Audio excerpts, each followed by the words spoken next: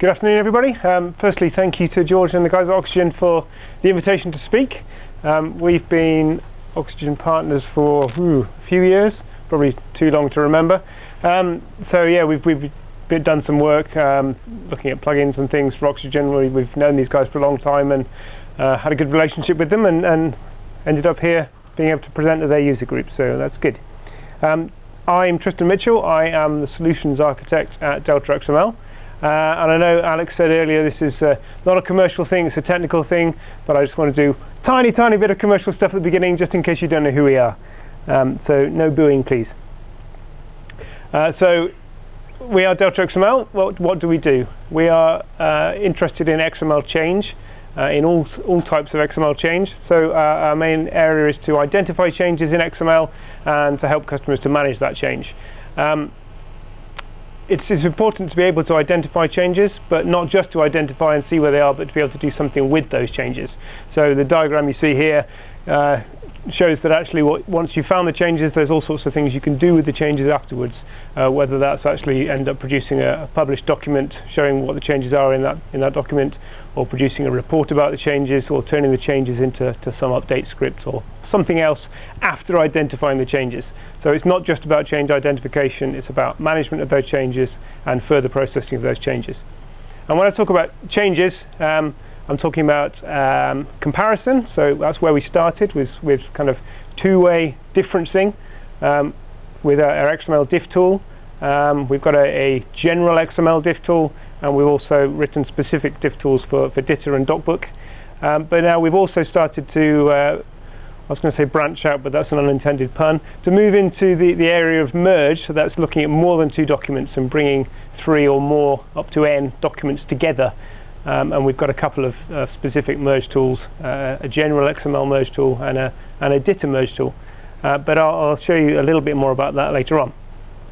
Obviously, I don't need to tell you guys that XML is everywhere. There's data, there's documents. Whoever's using XML, we can, if they need to identify their changes, if they need to manage their changes, we can help them out.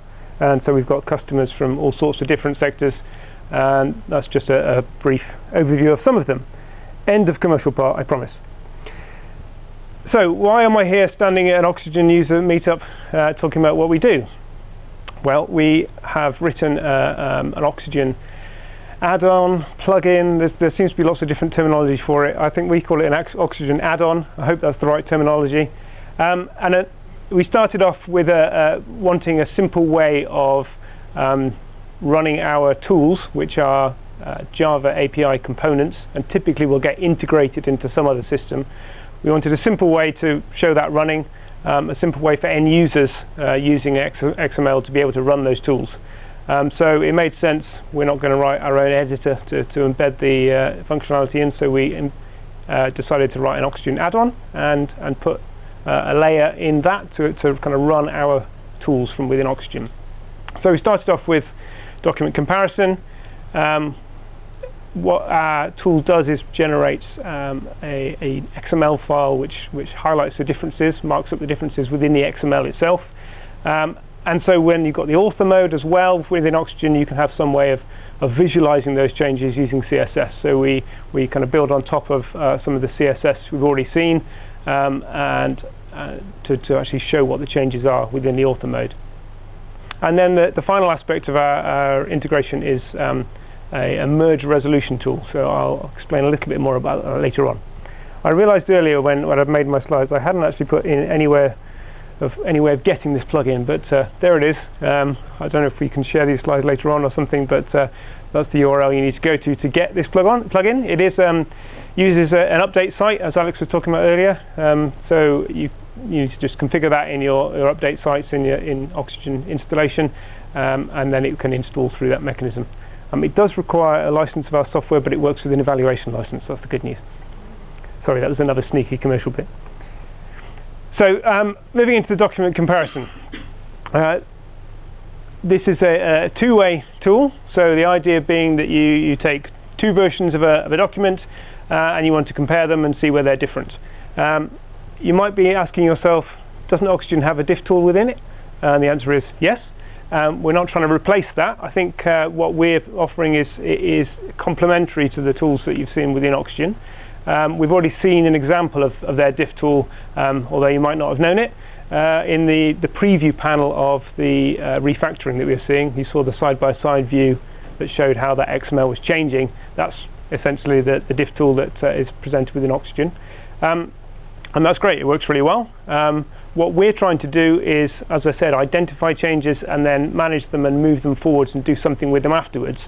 So we're more interested in identifying changes and perhaps publishing the changes or processing them afterwards. So I think this is a complementary tool to the tools that are already within oXygen.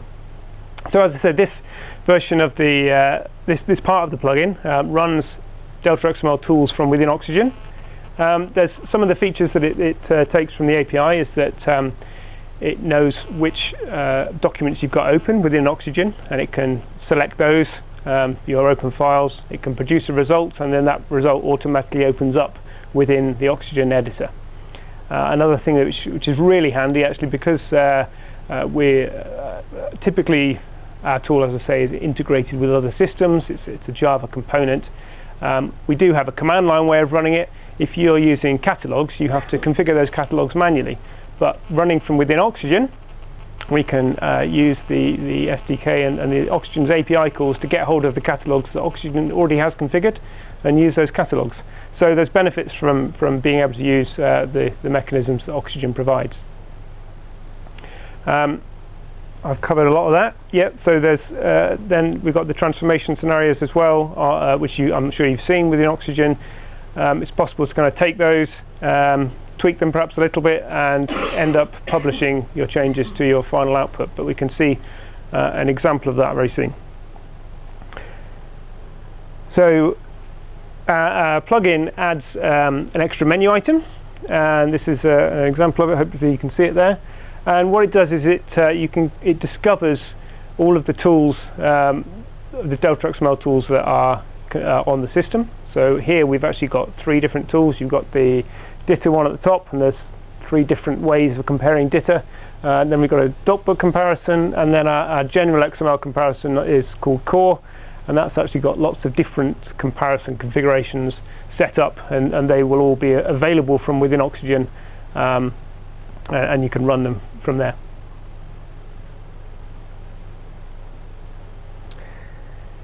The next thing we needed to do once we got that result is to be able to actually show in oXygen what the changes are.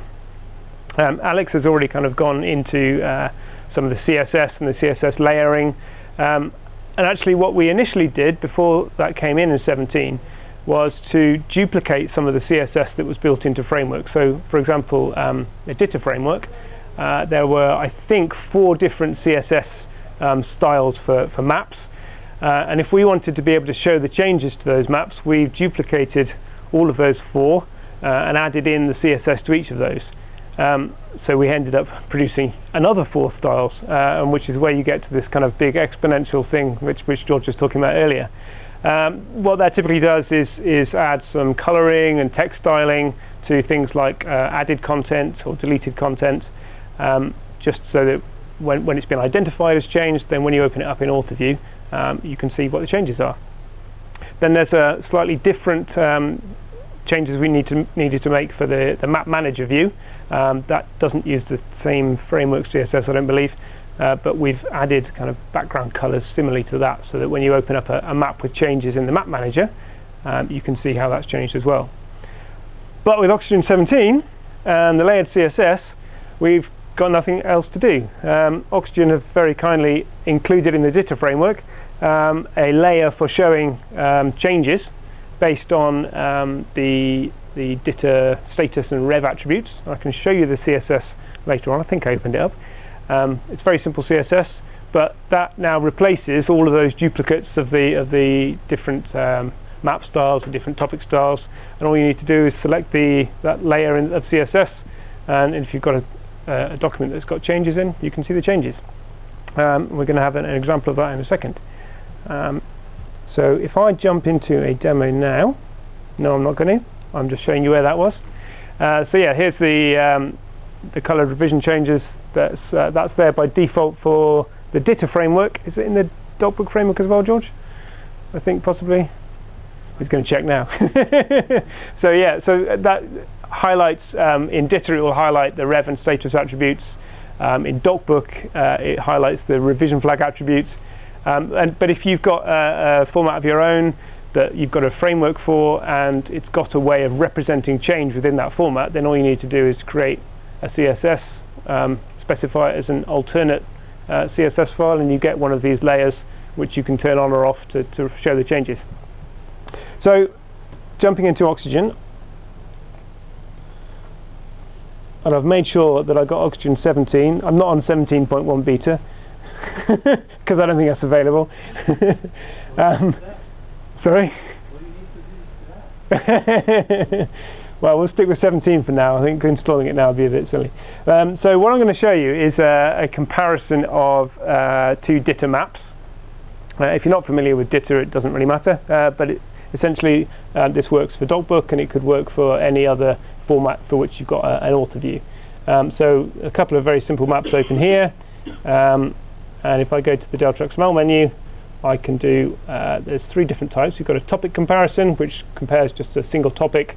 We've got a map file comparison, which compares the actual XML of a map without resolving any of the reference topics. Or we've got this map topic set comparison, which compares the map and its content. But you'll see what that looks like. And as I mentioned, using the oXygen API, we can see what windows are open, or we can browse the file system for a file on the file system. Dropbox integration coming soon, maybe. So if we select the two maps I've already got open, and then again we can output into a new window, or we can browse and specify an output location on the file system. So I want to show you a couple of comparisons. The first one, what I'm going to do is the post-processing that's happened after the differences have been found has turned the differences into DITA markup. So I'm going to use this option. Later on I'll show you a track change representation, but I won't spoil the surprise just yet. So that's the only configuration I'm going to make there, but there's various different options you can take. Okay, so we're going to run that comparison. What that's doing is it's taking the map files, it's identifying which topics between the two maps match each other, then it's comparing those two topics and building the whole thing as a result. So I'll open it up in the Maps Manager to show you that view. And you can see here we've got the coloured styling. It's showing you that this topic has been deleted. Hopefully you can see the colours on there. This topic's been added, it's in green, and this topic is in blue and has been modified in some way. So if I open up this map in the map editor, again, if we see these different layers, I've actually created another layer which is slightly different from that one, but it's effectively doing the same thing. I've used slightly different colours, but again, that layer, if I turn it off, the changes go away, and put the layer back on. So the layered CSS is fantastic. We really like it. Again, it's giving you the same view in the editor view. So what we can do is go into the change topic, for example, and again we can see the changes that have happened within that topic itself. These aren't track changes. This is valid DITA. If I can open the text, of course it's not formatted. It's using things like status equals deleted on that paragraph, for example, to show that it's been deleted. That's a valid DITA attribute. So what we might want to do with that is actually publish a PDF, which we can give to a reviewer or even give to a customer, showing what the changes are between the two versions of the document. So I've configured a transformation scenario with, and I've lost my tabs, a DITA-val file set up. And this DITA-val file essentially flags these two different values of the rev attribute, gives them a background color, gives them a style, and if you've got a PDF renderer that supports change bars, it's adding change bars to them as well. So it's adding change bars to the FO, but you do need to make sure that the PDF renderer supports that. So I'll go back to the map. and I've got a transformation scenario configured to use that DittaVal file, and it's using XCP from RenderX because that supports change bars. So that's just going through the Ditta Open Toolkit. As I said, it's a standard Ditta file. It's using that DittaVal to highlight where it's changed. And here we go, we've got a PDF with some highlighting in it and some change bars. And that's the table of contents. If we move down through the document, you'll see deleted topic, changed topic, and an added topic. So it's possible from within oXygen to compare the files, look at the changes within oXygen, and also then publish the changes as well. And then what I was also promised to show you is generation of the track changes. So again, if I go back into my comparison and reconfigure it to do oXygen track changes, and I can run the comparison again. And you might say, well, why can't I just track the changes within oXygen? And yes, you can. But what happens if someone's given you a document or a couple of documents that they didn't create in oXygen, they created in something else, and you want to be able to view the changes in oXygen, you want to be able to review them in oXygen. Let me open that up in the Maps Manager again. And this time I will open up the modified topic. So yeah, if these, you might not have actually created these files within oXygen, you might have created them somewhere else. It might be that whoever created them forgot to turn on track changes. It might be that actually they're so far apart that track changes you can't kind of keep tracking forever. At some point you kind of accept and reject, and you have a new base version, and then you track further on. So it might be you wanted to compare two files separated by time to generate track changes. So this now is the same results, except that we've converted the change, rather than using status attributes, these are now track changes, and I can accept them and reject them. And if I go to my review panel, hopefully you can see that. You've got the review panel, which you hopefully will be familiar with, and you can accept and reject down there.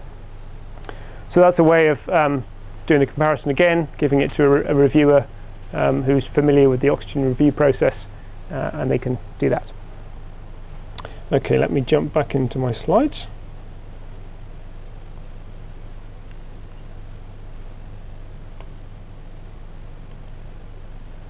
So that's the comparison demo.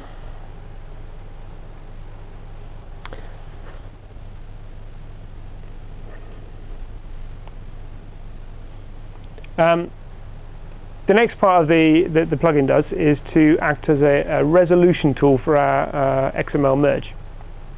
Here's a kind of diagrammatic representation of what merge is doing. It's based on concurrent editing, so you have an ancestor document, and I might give that out to a number of editors to make changes. I then want to merge all of their changes together with the ancestor document, and I get a result.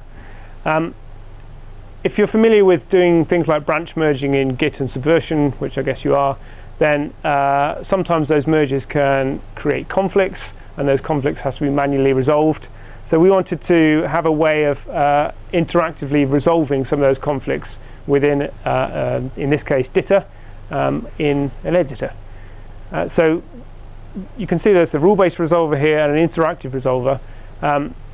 It's possible to actually automatically accept some of those changes if they're non-conflicting, just like Git would.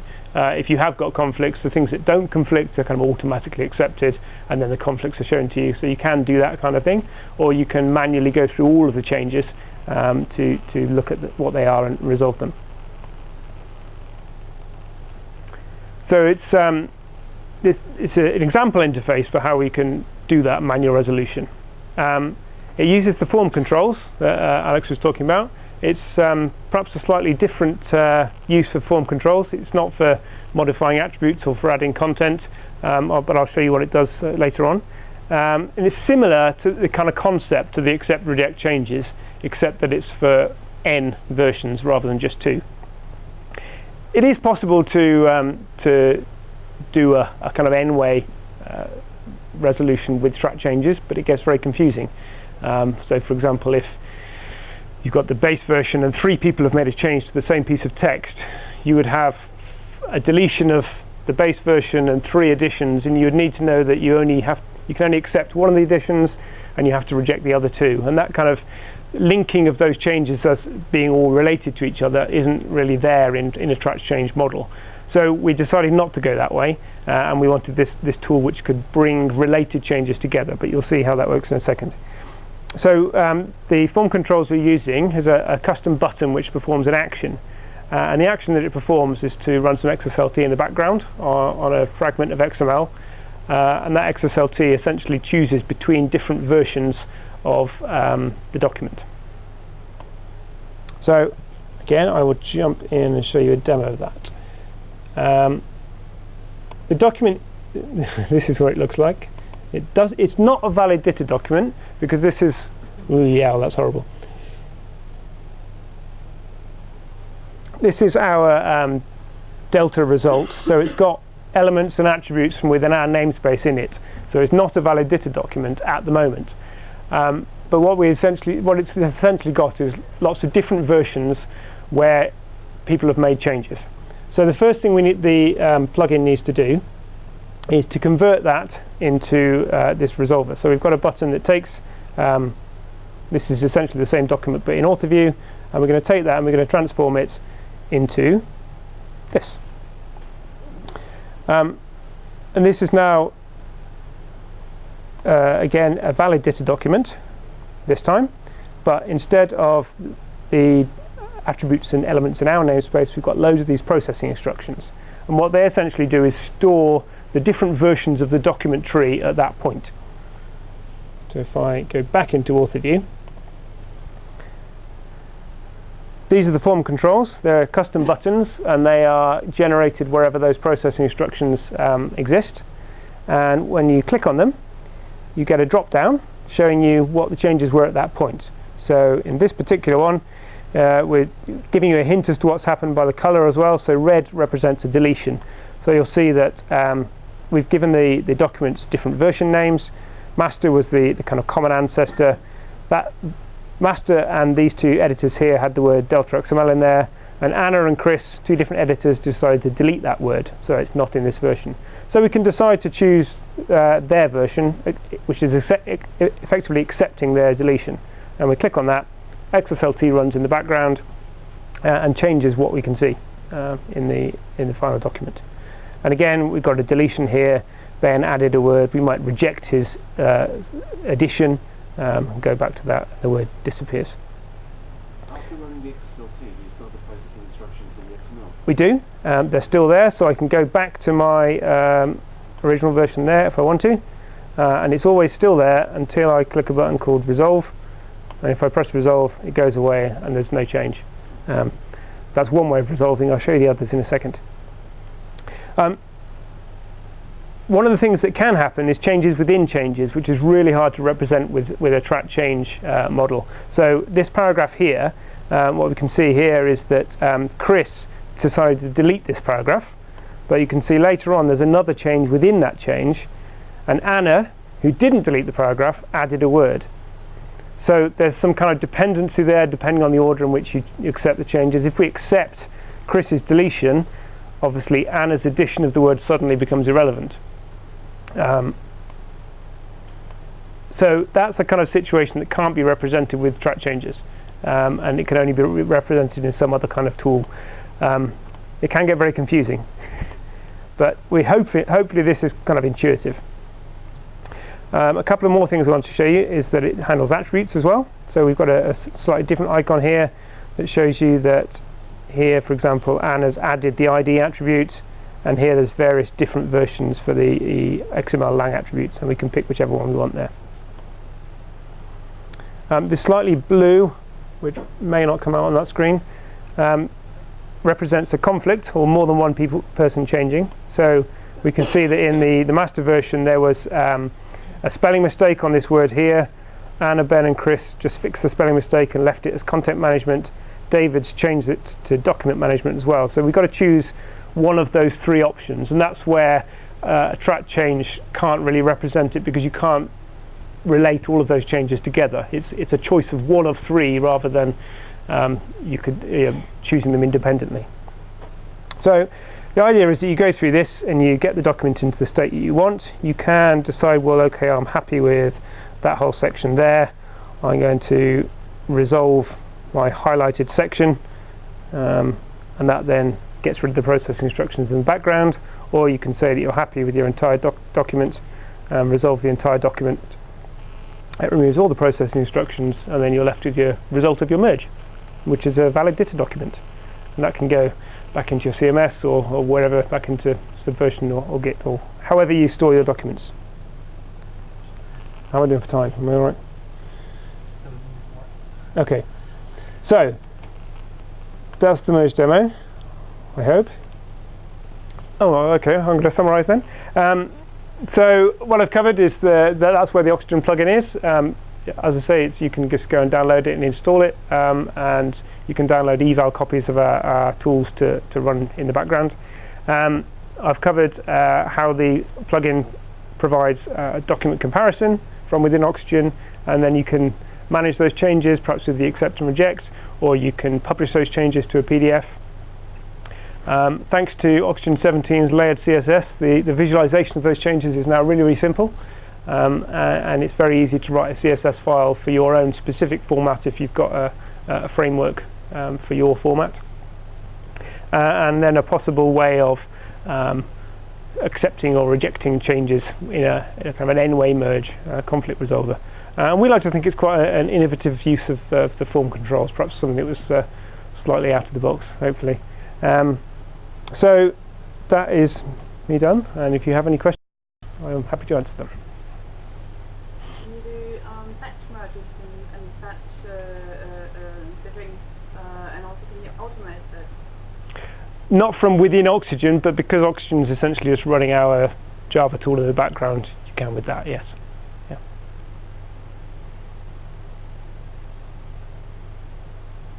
They talked earlier about having plugins available on the web. I knew someone was going to ask that. I was sweating when they mentioned that, yeah. I don't know, I haven't tried it. But I will do so.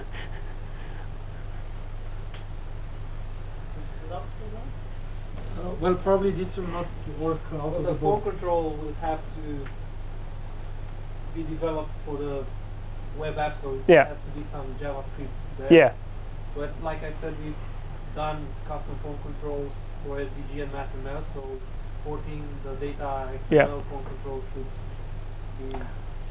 that drop down's obviously using SWT, so on the web version it would need to use JavaScript. And Exactly. yeah. So, to be done. Anything else? Thank you. Okay, thanks.